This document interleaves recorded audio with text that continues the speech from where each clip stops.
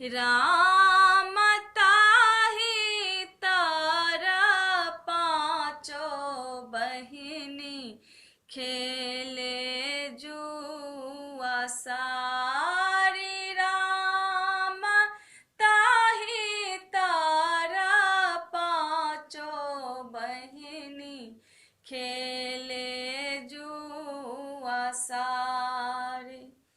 जुआ बा खेलैते बिसहरि गेलिया लसाई। राम बियन लऽ दौड़ल एलखिन पबनैतिन सुकुमारी। राम बियन लऽ दौड़ल एलखिन पबनैतिन सुकुमारी।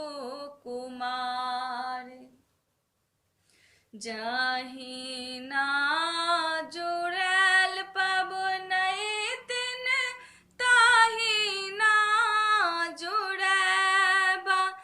राम जुगे जुगे जीवथु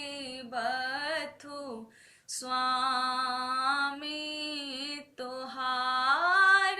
राम जुगे जुगे जीवथु स्वामी तोहार।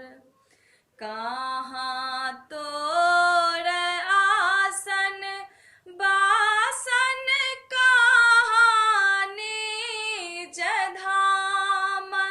राम कौन दाई के पाँचो बेटी किए थी नाम।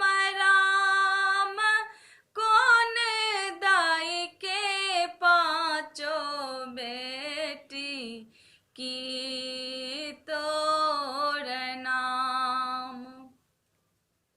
गंगा धाम आसन बासन जमुना धाम स्थान।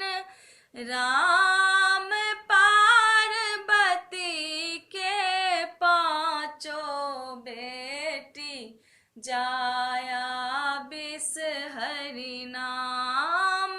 राम पार्वती के पाँचो बेटी जाया बिसहरि नाम।